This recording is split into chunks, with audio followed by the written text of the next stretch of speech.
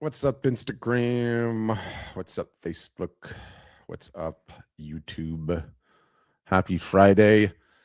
Patrick, Art Storefronts here, back with another Friday rant for you on just some things that I'm seeing out there um, in in the digital world, let's just say. Um, as it is trying to market and grow an art and or photography business. Not easy, not easy. But there's been some very interesting trends already in 2026. And I suppose the good news in that is like there's nothing new under the sun, right? There's nothing new in the sun. I think as we closed out in 2025, like one of the things that I was continually ranting about is how important story is in your art, how important it is for what's up, loose cannon, how important it is for artists and for photographers. The artist can no longer hide behind the canvas, the photographer can no longer hide behind the lens. Banged on about that all year last year. And I think broadly what's changed in 2026 is, number one, I believe 2026 is going to be the most remarkable year that any of us have lived through in our entire lives. The technology that is coming out, what AI is capable of and what it can do is just, it is mind-boggling on levels I don't think any human can even wrap their head around the pace at which it's changing. Okay, and you can either be the glass half full guy. I'm a glass half full guy, or you can be, Skynet has been activated, Terminator is coming to get us, the Matrix, whatever your doom scenario is. But in the meantime, we have creative businesses and we need to get them growing, right? We need to get them moving in the right direction. And as we closed out 2025, we started talking about how important story is, right? I've long said on my podcast, in blog posts that I've written in any live session that I've done, that I think one of the most common misconceptions about how art and photography, how creations are sold, is that those creations are sold on a pure meritocracy of the quality of the creation. Okay. What do I mean by that? I mean, what differentiates one piece of photography from another selling, the one that does versus the one that doesn't? What differentiates a piece of art from selling, the piece of art that sells versus the piece of art that doesn't, has very little to do with the actual caliber of the work itself. And that's a crazy thing to say. That doesn't make sense to most of us, right? You're like, wait a minute. Why did I practice art? Why did I practice photography? Why did I practice making my creations the last 25 years to get as good as I am? I'm very good at this. I've got 10,000 hours a la Malcolm Gladwell in this. Are you saying that doesn't matter, Patrick? No, I'm not saying it doesn't matter. It's very, very important. It's very, very important for repeat business. It's very, very important for a lot of it. But it's not as important as the story, right? And, I was playing this Van Gogh video a bunch on here recently. And, I think it's very, very relevant because everyone knows Van Gogh. Most people have some semblance of his story. But the long and the short of his story is a deeply troubled man, yes. A talented artist, yes. A prolific artist, yes. Created a tremendous amount of work. When he finished his work, he would write a story about the work. He would send the work to Paris. He lived out in the countryside in France. His brother lived in Paris. He would send it to his brother in Paris. His brother had all of these pieces of work piled up in Paris, attempting to sell them. His brother died, left a widow with a young child. The widow attempted to sell Van Gogh's work, had multiple gallery shows way back then in that era, whatever a gallery show looked like, probably not different than today. None of the work sold. Sunflowers didn't sell. Starry Night didn't sell. That painting of the bed didn't sell. None of Van Gogh's work sold. And when you look at that, you're like, wait a minute. Back then, after Van Gogh died, what do artists and photographers love to say? Oh, I'll be famous upon death, because, there's so many stories of artists becoming famous after they've died. Why didn't Van Gogh's work sell back then? He had died. He was dead. His brother's widow had his entire body of work and had a gallery show, and no one bought anything. They saw those paintings and no one bought anything. So what changed in the Van Gogh story to go from work that wouldn't sell in a gallery to arguably one of the top 3 most valuable art collections on the planet? His brother's widow, who had the collection, published a book of his letters, all his stories, how he thought, what made him tick, who he was, his vulnerabilities, his frailties, the fact that he was such a broken human. That book got published, and everyone that looked at that work before and didn't buy it immediately bought it. And in the story doesn't need to be any more profound than that. It's that. Van Gogh's got the best work ever, right? It must have just sold because it was so good. No, it wasn't a meritocracy on the quality of his work. No one cared. It was getting to know him, getting to appreciate his story, seeing the paintings with the story that fundamentally changed everything. It fundamentally changed everything for Van Gogh. And my position is, I believe it will fundamentally change everything for artists and photographers 10 years ago, 50 years ago, 100 years ago, today, in the next 10 years. You guys have got to start telling your stories. Fast forward to today, though, in 2026, and we as content creators, okay, are faced with one of the most extraordinary, most groundbreaking, most unexpected, unexplainable, difficult to wrap your head around, difficult to process, difficult to grok situations ever. In that situation, succinctly, is the fact that this technology, by which I mean AI and its various different facets, doesn't matter if you're talking about how it writes, how it codes, how it solves problems, how it researches, how it does science, how it does photos, how it does video, how it creates art, right? We are now in a period of time, in 2026 especially, okay? And yesterday, 2 brand new models just dropped, a new one from GPT and a new one from Anthropic, both on the same day, okay?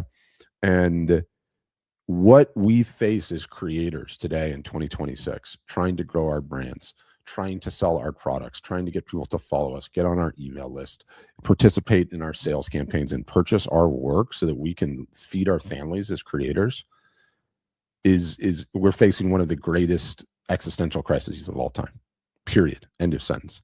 And what's really interesting about that crisis is nothing, by the way, nothing on one of these that you see on a screen is real anymore.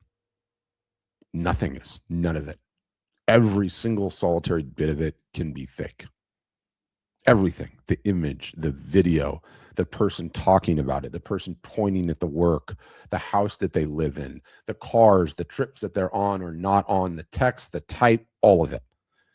We are moving to a time where 100% of anything that you consume on a screen, you don't know if it's going to be real. I don't know if it's going to be real or if it's fake. That is a gnarly and existential crisis. That is something none of us have ever had to contemplate before, in the slightest, okay? In the slightest. And so I think you have to take stock of that. You have to come to terms with that, and you have to say, okay, I can't prevent that. I can't stop that. I can't change that. What do I do? What do I do in that modality, right? What do I do in that modality? And it's interesting. So there's this guy, Brian Chesky, and he is the founder of Airbnb, okay?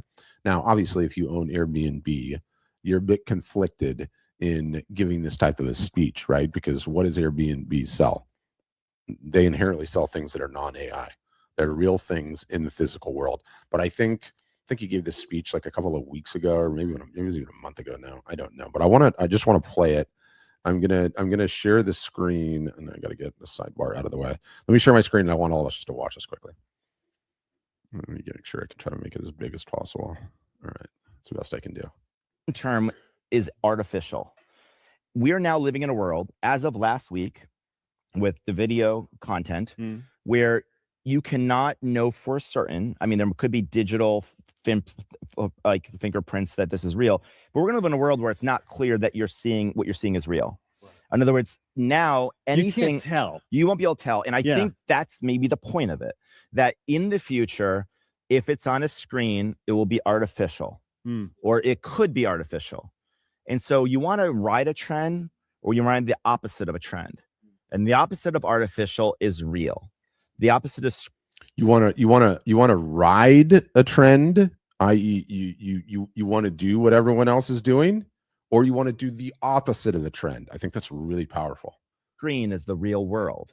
And so I think that the real world will not change that much in the next 3 years. I think we're going to basically create this digital world staring at a screen that's highly artificial. It's going to get more and more immersive. And there's going to be a physical world. You're going to have robotics. But other than robotics, people are going to still drink wine the same way. All that stuff's going to be very, very similar. Now, a lot of robotics can replace a lot of jobs. People aren't going to be driving cars in the future. I don't even actually need to watch any more of it. But I think his point there is really, really powerful, right? Where as a result of all of this technology, okay, and I promise there's a point to this whole rant. As a result of all this technology, as a result that AI can generate anything, it can generate the art, it can generate me as a talking head, so I don't have to do my job anymore. It can generate my podcasts. Fine. I'm a creator and a content marketer for a company. You guys are creating products you're trying to sell. We're not so different. We're in the same boat, right? And so if everything on the screen is no longer real, right? It all can be manufactured. What are we as human beings going to end up doing? What are we going to end up craving? And his point, and obviously it's self-serving, because what does he sell? He sells the things that's real. You booking an Airbnb and going on a vacation or something, right? But for us as creators, the buttoned up, polished campaign, fancy edited videos, coiffed hair, perfectly tailored suit, great design stuff, anything that looks super, super polished is not real. It's just not. And this trend has been swinging this way for a while, even pre AI, right? Like there's a reason, you look back at this last presidential elections cycle, right? This last one with Trump, and it didn't matter whether we were talking about the political aspect of the game or whether we were talking about what's been going on with like all these CEOs, various different companies. Before, what would Trump he was running against Harris. What was Trump or Harris? What would they have done? They would have gone on ABC News or NBC News or a debate, right? What wouldn't they have done?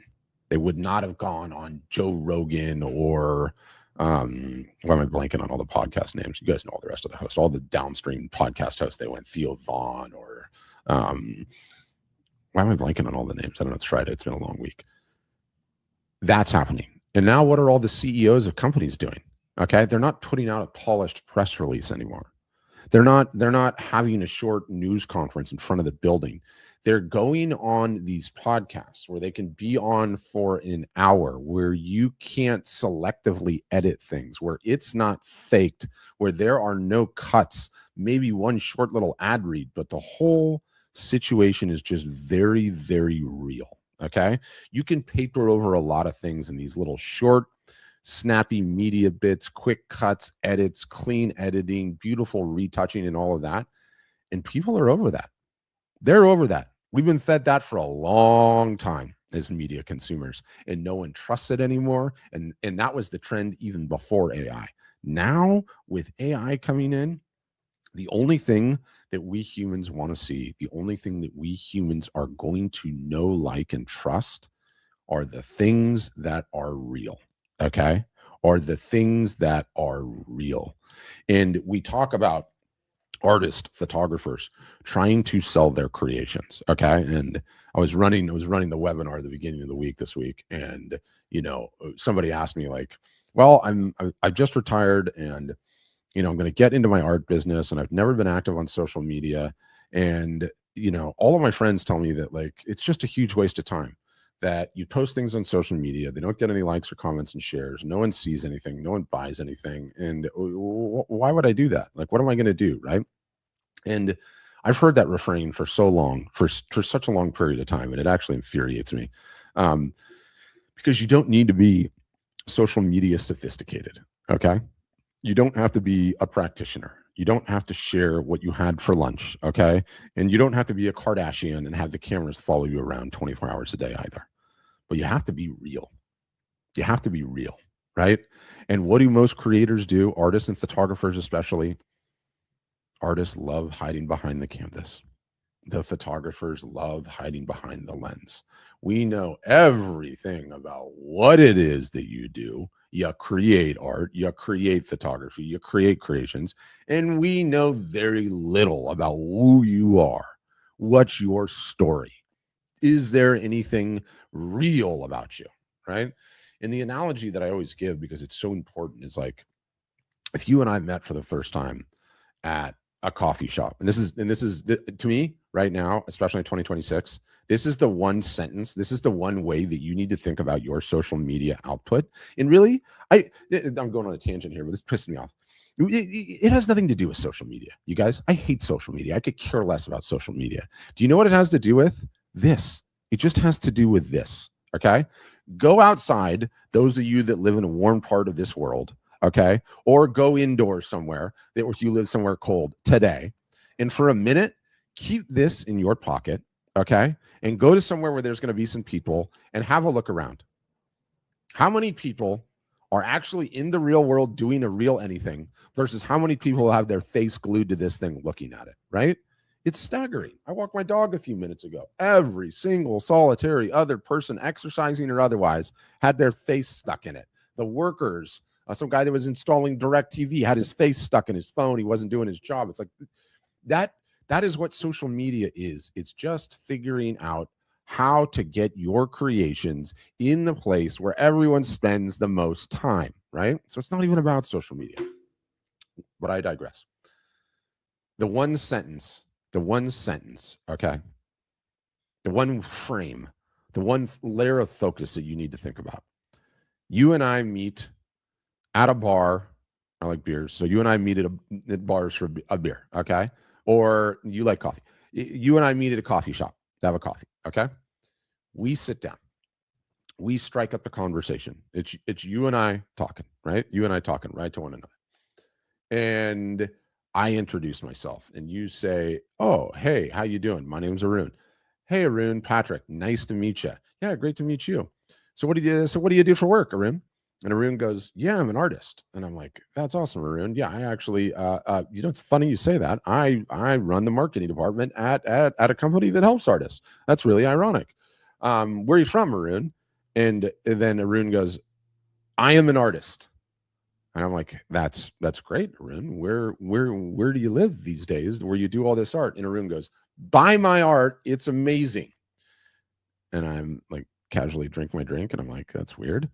"That's really cool, Arun. So what are you doing here?" "Well, I'm here to let people know that I'm an artist, that I have art for sale, and that what I primarily do is art. And just so you know, next Friday, I'm going to be selling some of my art at a little bit of a discount. So why don't you come back and buy some?" That would be a really weird conversation. That would be an extremely strange conversation. Okay. I would be like, I'm trying to have a conversation with Arun here, who I just met at this bar, or this coffee shop. I'm trying to get to know this guy. And all he says is art, art, art, art, art, art, art, art, art, or a variation of art. Okay. You would never do that in the real world. So why are you doing that on social media? Ask yourself honestly, why are you doing that on social media? How one-dimensional of a human being would you be if every single solitary interaction you had with whoever, which is what social media is, all you talked about was one thing all day long? You'd be pretty one-dimensional. It would be pretty boring. I would never get an idea of the entire package, right? And yet if I go to a great many social media accounts, especially the people that tell me, "Patrick, it doesn't work. There's nobody on here. The algorithm is trained against me. It was great 10 years ago, but everything's broken now." That, like, I hear that and I'm like, stop it. Stop being so damn one-dimensional. Okay? Understand that is not how this works. It's never how it's worked. Okay? It should be the inverse.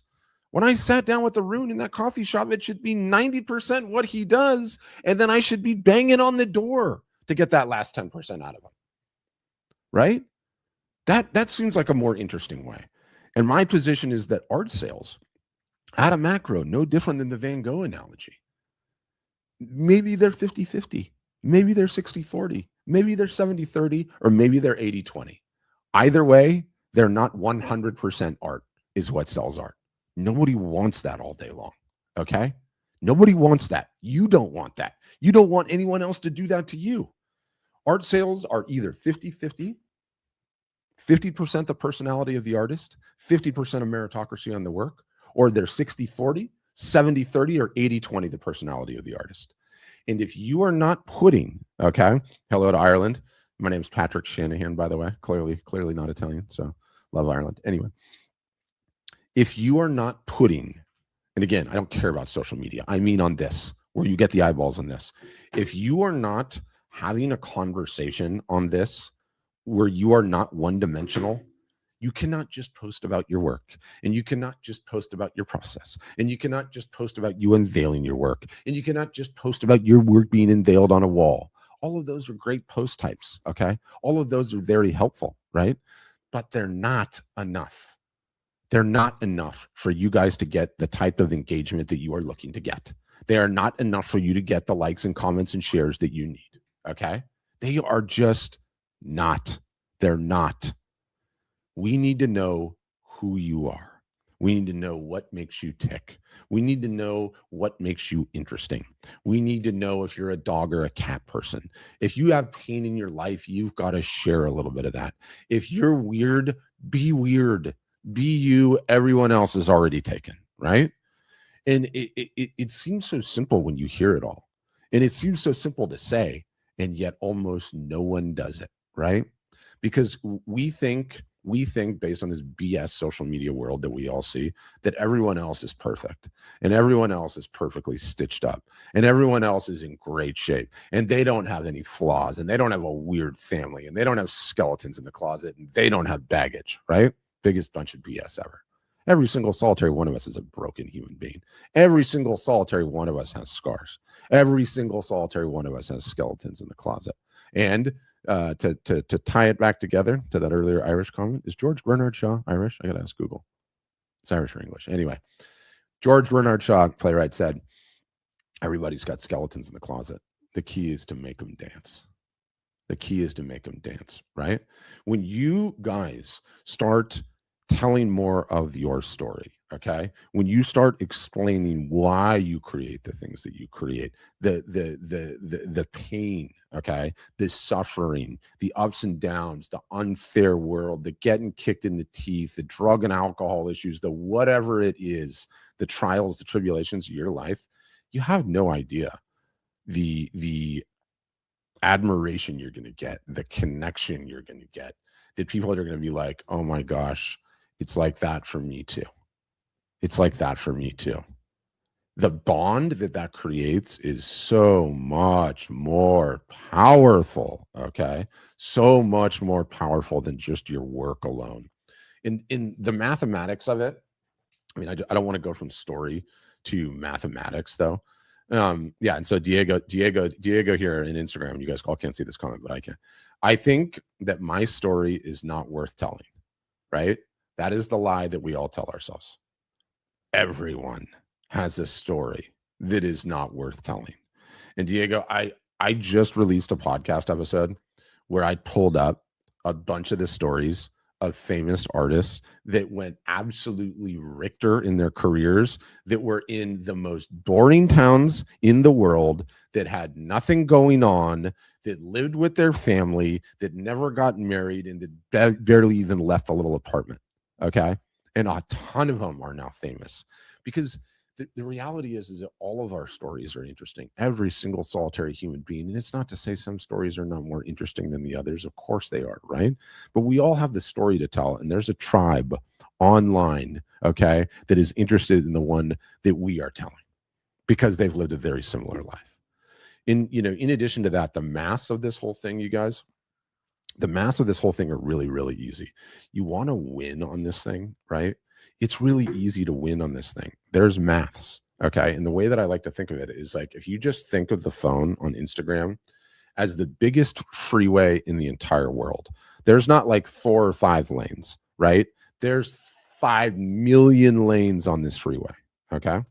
And what happens is that when you create content on Instagram, on Facebook, on LinkedIn, on Pinterest, on Next, on whatever, TikTok, Blue Sky, Threads, to leave anything out, The algorithm is what puts you on the freeway. Okay. And the algorithm looks at your work and it looks at what you've posted and it goes, okay, I know what this is. This is a painting, okay, of sunflowers. I'm going to pick this and I'm going to put it in the freeway lane of people that like paintings of sunflowers. Off it goes. And depending on how many people that are online in that moment that love paintings of sunflowers, and depending on how many likes and comments it gets, it might go really far down that freeway lane, or it might only just go a little bit and stop, right?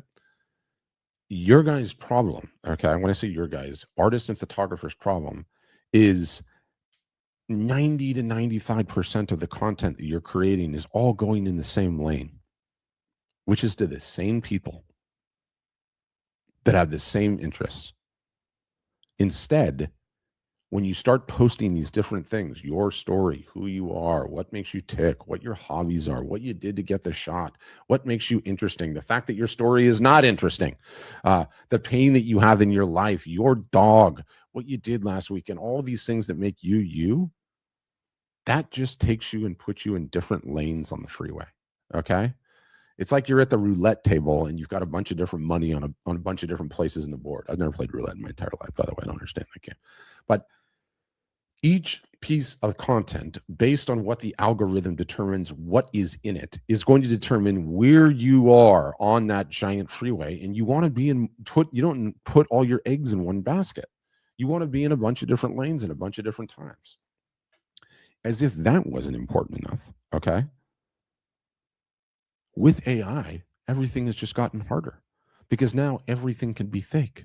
So all of us as human beings throughout this year of 2026 are going to be utterly, totally, and completely bombarded with this and more of it. And it's going to get better and better. And a lot of you guys have seen it already. You're like, oh my God, that image, that video, I can't even tell if that's the real human. Was that a real news story? Did President Trump just say that? Did someone really just say that? Was that a real fight? Did that animal attack that?